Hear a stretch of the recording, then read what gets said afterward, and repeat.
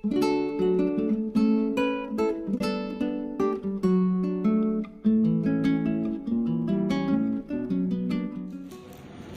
bismillahirrahmanirrahim. Assalamualaikum warahmatullahi wabarakatuh. Alhamdulillah wa syukurillah wa la haula wa la quwwata illa billah. Oke, balik lagi bersama saya Rizal Palevi di acara Talkshow Akmalan ini.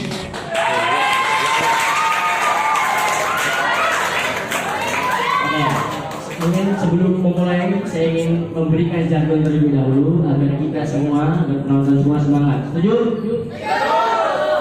Oke, kalau saya bilang Akmala TV, jawabnya Akmala TV selalu di hati ya. Dan kalau misalkan saya bilang Akmala Sabila mandiri berprestasi bersemangat prestasi berkemajuan Allah Bapa.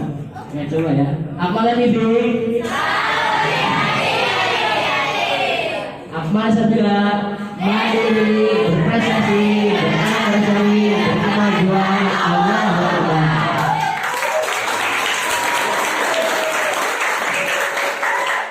Oke, kali ini di acara memperingati Hari Isra Mi'raj 1442 Hijriah, saya membawakan tema yang berjudul dengan memperingati Isra dan Mi'raj, kita wujudkan pemuda yang berintegritas, memiliki sifat nasionalis yang tinggi dan religius. Mungkin semakin majunya zaman, semakin majunya teknologi, semakin majunya kebudayaan, tapi malah para pemuda, para generasi milenial malah mengalami yang namanya krisis kepribadian. Oke, di samping saya sudah ada tokoh inspirasi bagi Kabupaten Cirebon dan sekaligus menjadi pemerhati pendidikan. Gimana enggak? Dari tahun 2000 sampai tahun 2021 ini, beliau sudah melalang buana di bidang pendidikan, dari madrasah, taman pendidikan, Radhatul Atfal, dan membangun pesantren di Kabupaten Cirebon ini, dari SD, SMP, dan SMA. Siapa beliau? Beliaulah Bunda Dr. Hajar Nurul MAG.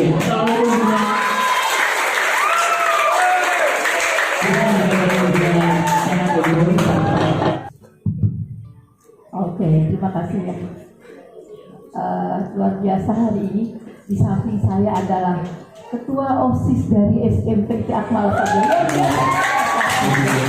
Subhanallah, sudah luar biasa sekali. Oke, gini bro, seperti yang tadi saya katakan, semakin majunya zaman, semakin majunya teknologi, dan semakin majunya kebudayaan, tapi malah mengapa para pemuda, para generasi milenial malah yang namanya mengalami krisis kepribadian nih Bunda. Coba tanggapan Bunda, gimana tanggapan Bunda tentang itu Bunda? Oke, terima kasih Kakak Rizal ya. Pertanyaannya luar biasa sekali ya. Baik, yang saya banggakan para asatid di lingkungan Yayasan Akmal Sabila, juga wabil khusus para OSIS, dan lebih khusus lagi Bapak Pembina OSIS yang sudah mendampingi dalam kegiatan Isra Mi'raj ini selama 2-3 hari ya. Kemudian juga para santriwati yang berbahagia. Sebelum sampai kepada jawaban nanti ya, saya akan mencoba mengawali terlebih dahulu ya Kak ya. Alhamdulillahirabbil alamin wa bihi nasta'inu ala umuri dunya waddin wa ala alihi wa sahbihi ajma'in, amma ba'du. Puji serta syukur hanya milik Allah Subhanahu wa Ta'ala yang tidak pernah berhenti, tidak pernah putus untuk selalu memberikan kepada kita berbagai macam kenikmatan, nikmat iman, nikmat Islam. Bahkan hari ini, malam hari ini kita dikasih selain nikmat iman dan Islam, dikasih nikmat sehat. Sehingga pada malam minggu yang ceria ini, alhamdulillah tidak ada hujannya. Kita dapat bersama-sama berkumpul dalam acara Gebyar Isra Mi'raj. Mungkin tidak ada salahnya nih. Sepertinya tidak berlebihan kalau Bunda menyampaikan pertama ucapan terima kasih terlebih dahulu ya pada seluruh para bunda dan ustadz, juga Bapak Pembina OSIS di lingkungan Yayasan Akmal Sabila yang telah memberikan pembimbingan kepada anak-anak semuanya. Kemudian juga wabil khusus juga ini ya yang sangat spesial di malam hari ini. Saya menyampaikan apresiasi yang setinggi-tingginya buat Ketua OSIS beserta jajarannya, luar biasa sekali. Subhanallah ya. Dan rasanya malam hari ini bahagia sekali. Bunda nggak menyangka bahwa kegiatan ini, talkshow ini begitu sangat persiapannya maksimal sekali. Bahkan kegiatan ini sudah dilakukan selama hampir 2 hari. Ini menunjukkan suatu upaya dan kerja keras dari para ketua OSIS dan jajarannya. Ini tidak mungkin akan bisa terwujud apabila tidak terjadi kerjasama antara pihak sekolah dengan para pengurus OSIS di SMP Akmal Sabila. Baik ya, kalau tadi ada beberapa pertanyaan, satu pertanyaan ya dari Kakak Ritza. Pertanyaannya ya, pada zaman milenial ini ya, atau juga di masa arus globalisasi di era digital ini ya, tentunya ya banyak sekali tantangan yang dihadapi oleh para remaja, para pemuda-pemudi. Nah, mungkin Bunda ingin mengaitkan ya, karena malam ini adalah malam Isra Mi'raj ya. Kira-kira kegiatan Isra Mi'raj ini atau peringatan Isra Mi'raj ini ada nggak sih hubungannya dengan ya upaya atau bentuk-bentuk yang dimiliki ya, perilaku yang dimiliki oleh para pemuda-pemudi di masa digital ini ya. Yang pertama barangkali yang perlu dilakukan, para santriwan-santriwati ya, kalau kita berbicara mendengar kata pemuda nih, kira-kira yang ada di pikiran teman-teman semuanya apa? Ada pikiran apa? Ada apa dengan pemuda? Yuk, boleh dong kita ikut memberikan masukan? Ya, mereka adalah calon pemimpin masa depan. Bagus, kita kasih aplaus ya.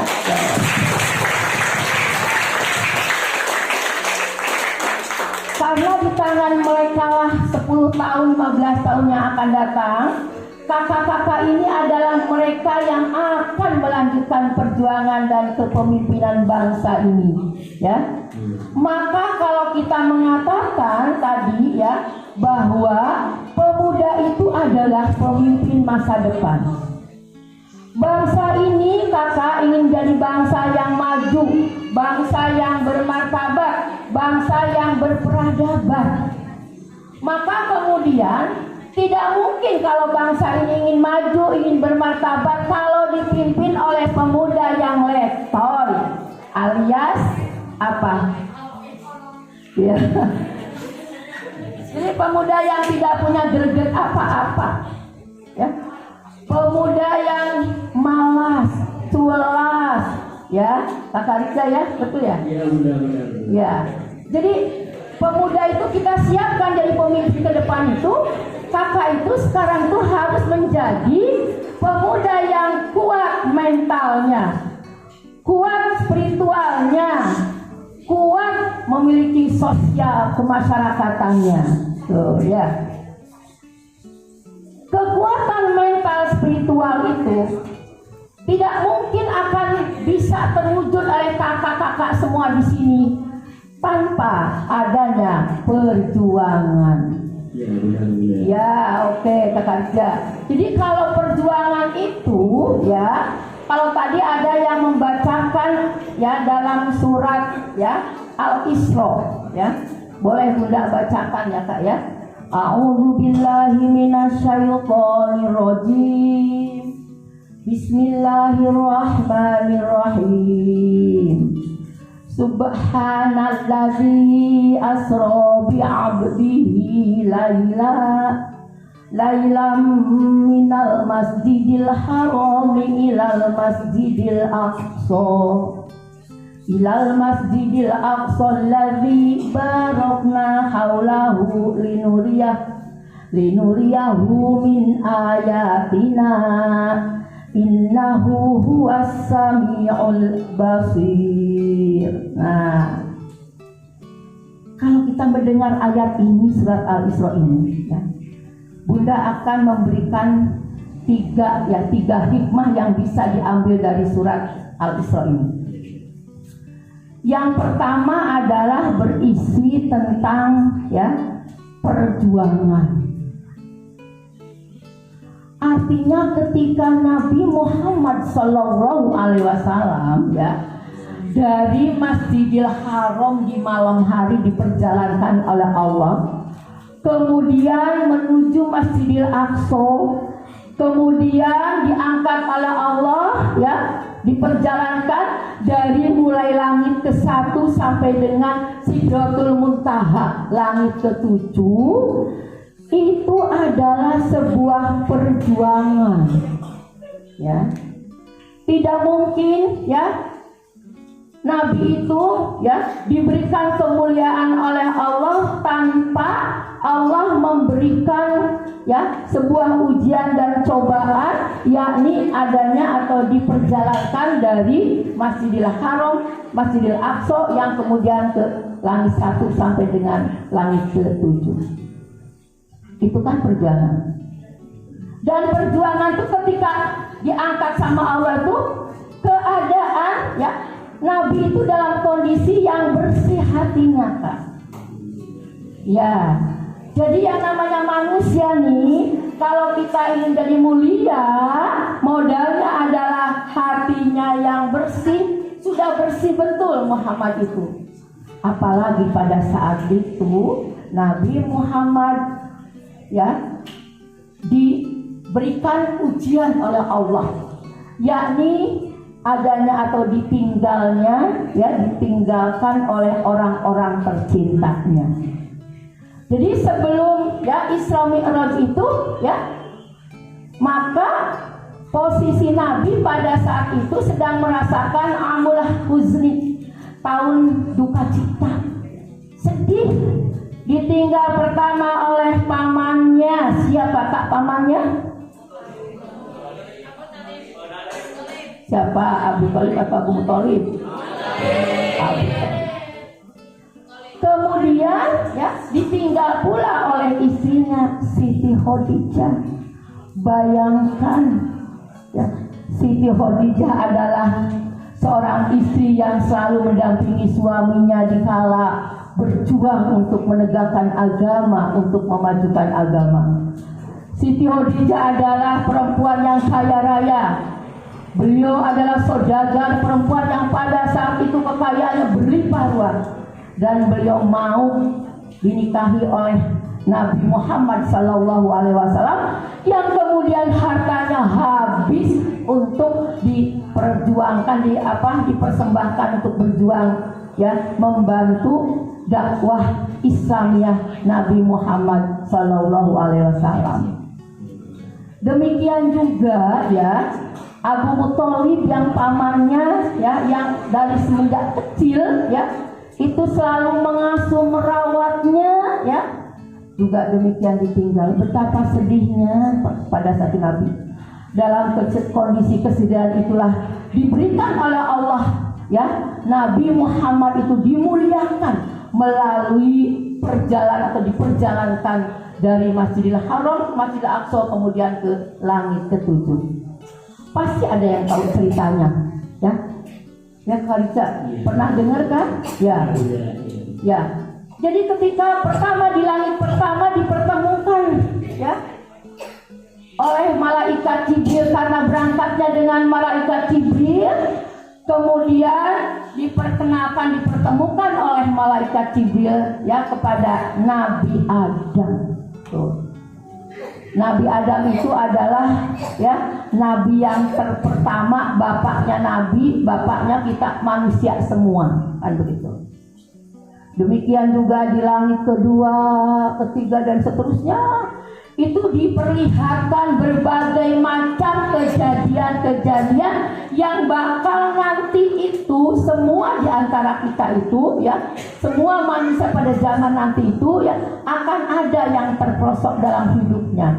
Ada di langit kesekian, langit kedua, kata Muhammad, wahai Jibril, itu kok banyak sekali perempuan-perempuan yang sedang menggunting lidahnya. Kata siapa?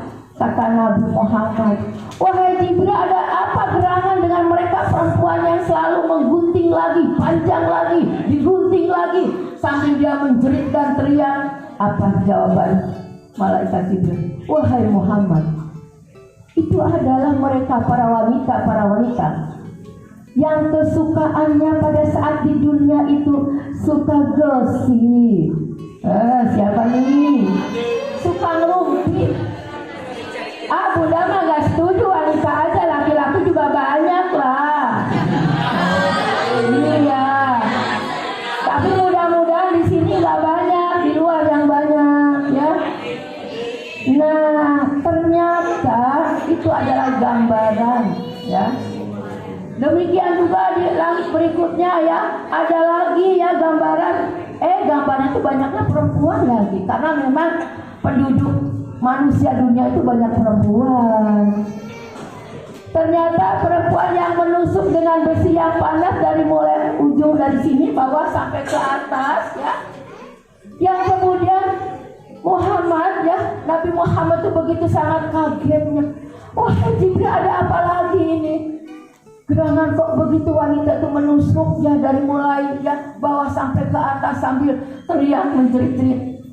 Wahai Muhammad, itu adalah umatmu yang kelak akan terjadi. Mereka adalah wanita-wanita yang pada saat semasa hidupnya suka berzina. Nah, maka teman-teman, kalau bahasa berzina itu bukan hanya berzina atau hubungan, akan tetapi ya saling di antara kita itu bisa menjaga antara laki-laki dan perempuan, antara muhrim ya kita dan bukan muhrim. Sekarang Bunda tanya, nggak apa-apa ya kemana-mana ya. Ya, kira-kira kakak muslim dengan muslimah ini muhrim bukan? Nggak apa-apa ya Bunda tanya ya. Boleh tidak kalau lirik-lirikan? Pinter ya, 100 ya. Ya. Boleh nggak kita misalkan ya selalu berdekatan ya, apalagi berduaan? Tidak boleh, boleh tidak? Laki-laki boleh nggak? Pinter, teorinya sudah pinter, tinggal prakteknya ya. Itu namanya wala taqrabu zina. Jangan kamu mendekati zina. Malam hari di pesantren sana ada seorang perempuan yang datang ke asrama laki-laki. Dan itu terjadi setelah diketahui bahwa ya si perempuan yang ke laki-laki itu yang memang perempuannya lenje, laki-lakinya sama aja. Dua-duanya dikeluari karena gara-gara apa? Karena gara-gara ya tidak bisa menjaga kehormatannya. Bunda, emang ada Bu di dalam Al-Quran, ada nggak sih Bu tentang tidak boleh ya kita itu harus menahan pandangan? Boleh Bunda baca ayatnya dalam surat apa ya, lupa lagi suratnya. A'udzubillahi minasyaitonirrajim. Bismillahirrahmanirrahim. Kullil mu'minina yaghuddu min absarihim wa yahfadhu furujahum wa kullil mu'minati yaghdudna min absarihinna wa yahfadna furujahunna dzalika azkalahum. Artinya apa? Wahai katakanlah kamu ya orang-orang mukmin muslim yang muslim, para santri Akmal Sabila yang muslim, hendaklah kamu menahan pandangannya dan menjaga kehormatan kamu semuanya.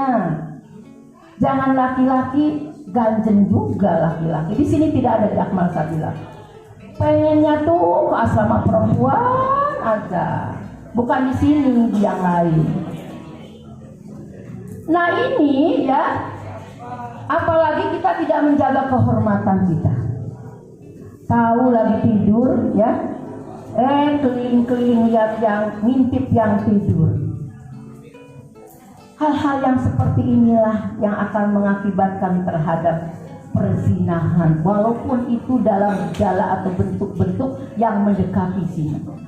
Demikian juga sama perempuan. Wa kullil mu'minati yaghdudna min absarihinna wa yahfazna furujahunna. Dzalika azkalahum.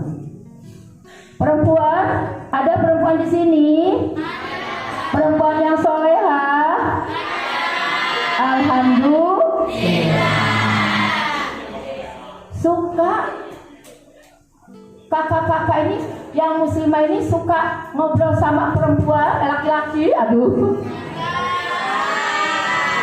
Enggak kelewat kali ya.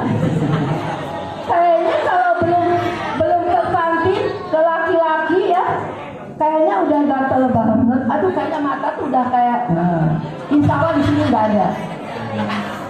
Untungnya di muslimah ini ada aturan. Nah, alhamdulillah. Kita kasih hapus dong buat Bunda Alfa. Insya Allah. Kira-kira apa maksudnya dengan menjaga ya kehormatan, menjaga penglihatan ini, agar kakak-kakak muslimah ini ya ibaratnya kalau barang mah ya, kalau makanan ya, makanannya tuh yang ada bukan makanan yang di apa tuh Kak Rizza, kalau yang jualan tuh yang di meja-meja yang dilalerin. Mahal ya, makanannya itu ditempatkan di etalase. Bagus ya, dibungkus, harganya mahal. Kalau lapis, kalau yang ler-ler ya, perempuan yang lenje-lenje itu murah harganya ibaratnya. Tapi kalau yang bisa jaga mulut, bisa jaga hati, sopan santun, adab jadi santri, pasti dia akan mahal harganya. Ya kan? Benar Dit? Mas Adit benar?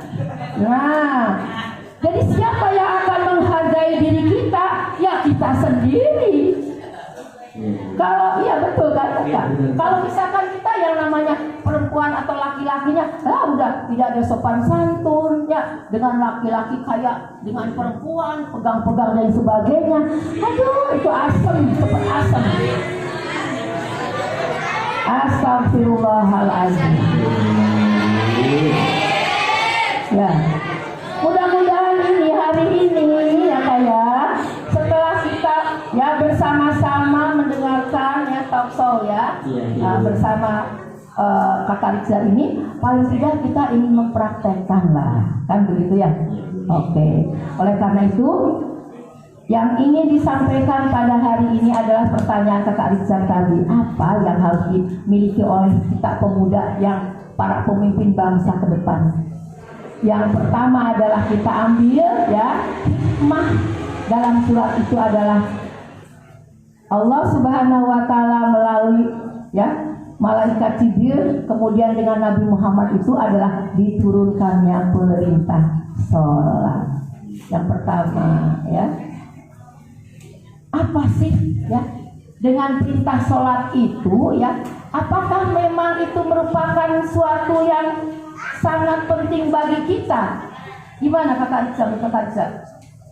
Ya, menurut saya itu sholat memang sangat penting ya, supaya menambah ibadah kita ya kan, supaya diri kita juga dijaga oleh Allah, dijauhkan dari segala setan dan dijauhkan dari segala kelemahan dan dosa gitu.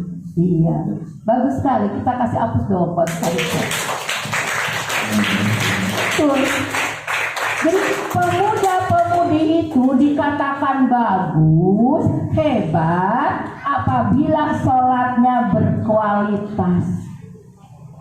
Sholat yang berkualitas itu adalah meliputi ya, pertama ya, dia betul-betul sholatnya itu dalam keadaan suci ya, dalam keadaan dia ya gerakannya bagus, bacaan sholatnya juga bagus, dan dia konsentrasi serta fokus kepada Allah. Nah, juga Bunda boleh dong tanya sama anak-anak nih.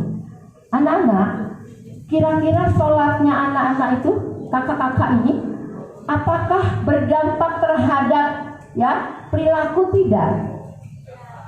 Soalnya kata Kakak Riza tadi, dengan sholat itu kan akan menjauhkan dari yang keji dan mungkar. Nah, kira-kira selama ini kalau Bunda tanya nih, apakah sholat kakak itu bisa merubah perilaku enggak? Nah, jujur, berarti tadi katanya masih belum bisa merubah perilaku. Ini ada masalah dengan sholat Kakak Riza. Jangan-jangan sholatnya itu sangat terpaksa ya. Sholatnya itu karena dipaksa, dibangunkan, apalagi kalau subuh ya. Yang ada itu ada pikirannya tuh kayak, aduh capek banget sih ya di pesantren tuh harus bangun pagi. Kalau udah gitu ya berarti itu tidak ikhlas. Oke, nanti sholatnya pada saat sholatnya ya, kemudian dia asal sholat aja, mulutnya diem saja, pikirannya kemana-mana. Nah ini. Jadi kalau sholatnya seperti ini masih belum berkualitas, belum bisa ditata, Bunda yakin kita tidak akan berubah dengan perilaku menuju perilaku yang baik. Malam hari ini niatkan dalam kakak semuanya, Bunda dan Pak Ustadz dan Bunda Lela, ayo kita terus ya dikuatkan, diperbaiki, diperbagus, ditata sholatnya, jangan buru-buru, jangan terpaksa, sehingga insya Allah ini akan menjadikan kepada perilaku kita akan berubah. Jadi kalau kata Bunda Lela, yang pertama itu adalah ya pemuda itu harus kuat, yakni kuat mental dengan adanya ya dia harus memiliki fondasi berupa ya tepat waktu dan sholat dengan baik dan benar. Gimana Kakak Riza? Ya, mungkin bisa diambil kesimpulan bahwa jika kita ingin menjadi diri yang berkualitas, coba kita perbaharui dulu sholat kita. Kita ingin menjadi lebih baik, coba perbaharui dulu hidup sholat kita. Insya Allah jika kita menemui masalah, menemui musibah, kita ubah, kita bisa cari cara dengan sholat, kita coba sholat dengan baik. Insya Allah masalah itu akan hilang dengan sendirinya. Dan begitu Bunda. Oke Bunda. Ada satu lagi nanti selain sholat ya. Bunda dari ayat itu yang berikutnya adalah ketika Nabi Muhammad SAW diberikan kemuliaan kebaikan oleh Allah, itu pastinya di situ ada ya tadi sedang sedih kan, sedang duka ya, ditinggal oleh pamannya, ditinggal oleh ya istri tercintanya. Maka kemudian Allah memberikan siapa saja, ini gambarannya, siapa saja yang pada saat perjalanan hidupnya diberikan ujian dan cobaan kesedihan, maka Allah akan berikan ya kebahagiaan. Artinya apa?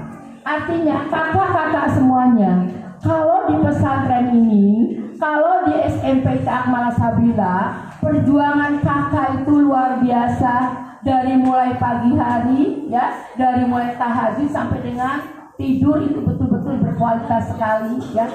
Nah, ketika kakak bisa bertahan sampai dengan selesai, nanti setelah selesai SMP, SMA-nya di mana, mau di sini di mana, tapi kakak itu sudah punya fondasi yang kuat, yang bakalan pasti sama Allah diberi kesuksesan.